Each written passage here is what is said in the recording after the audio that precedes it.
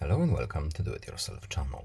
Today I will show you where to find the option and how to change outline thickness of Relumino Outline function in Samsung Galaxy S24 Plus phone. Where to look for this option?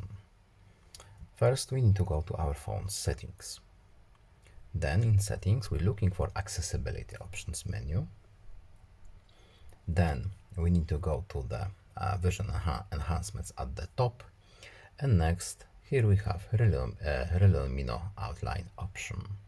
So we have the switch on the right here, and when we open this option here, we have our thickness option. So if we enable this option first, we can see how does it change. So we can make it thinner or thicker, whatever we want, but we can use this pseudo slider here. And that's all. I hope this video is helpful to you. Please leave a like and subscribe. Have a nice day and see you in the next video. Bye.